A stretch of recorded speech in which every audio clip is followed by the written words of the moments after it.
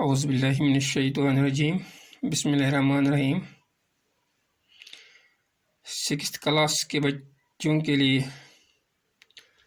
جو سبجیکٹ ہے آج میں آپ کو پڑھانے جا رہا ہوں انگلش ہے، اور جو ٹاپک اسٹوری ہم پڑھ رہے ہیں اس کا نام ہے a tale of two birds.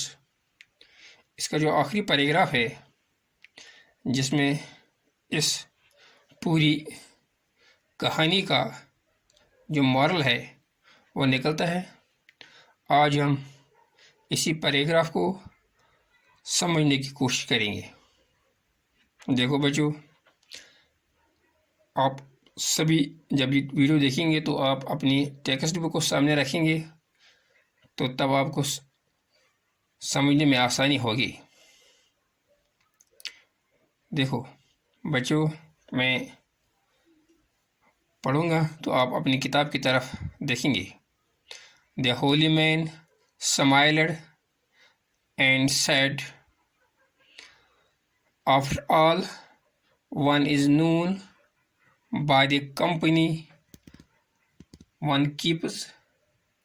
That bird has always heard the talk of robbers. He imitates them and talks about robbing people. This one has repeated what he has always heard. He welcomes people to the ashram. Now come inside and rest. I will tell you more about this place and these birds."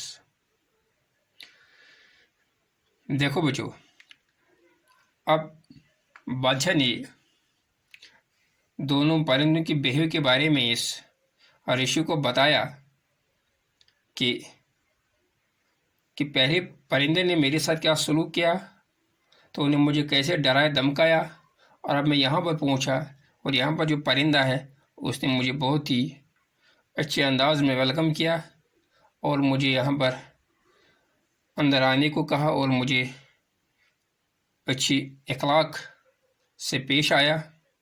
تو جب تب اس ہولی مین، اس رشی نے اس بادشاہ کو یہ بتایا۔ The holy man smiled، یعنی اب یہ جو بادشاہ، یہ ہولی مین ہے، جو رشی ہے، وہ مسکرایا and said، اور کہا اس بادشاہ سے، "After all, one is known by the company one keeps." ٹھیک ہے، آپ نے جو دیکھا ہے یہ سچ ہے، کیا آپ کو پتہ نہیں ہر وہ شخص کی پہچان یہی ہوتی ہے کہ اس کی دوست وہ کس صحبت میں رہتا ہے اور کن دوستوں سے اٹھتا بیٹھتا ہے۔ یعنی صحبت کا اثر انسان پر پڑتا ہے، یعنی جس صحبت میں انسان رہتا ہے اسی صحبت کا اثر اس کے اخلاق، اس کے کردار پر پڑتا ہے۔ That bird has always heard the talk of robbers۔ جو پہلے پرندہ کے ساتھ آپ کو جو سامنا پڑا تھا وہ ان ڈاکوں کی ساتھ رہتا تھا، اسی لیے وہ ڈاکوں سے جیسا بہیو کرتا ہے۔ He imitates them، ان کی نقل کرتا تھا۔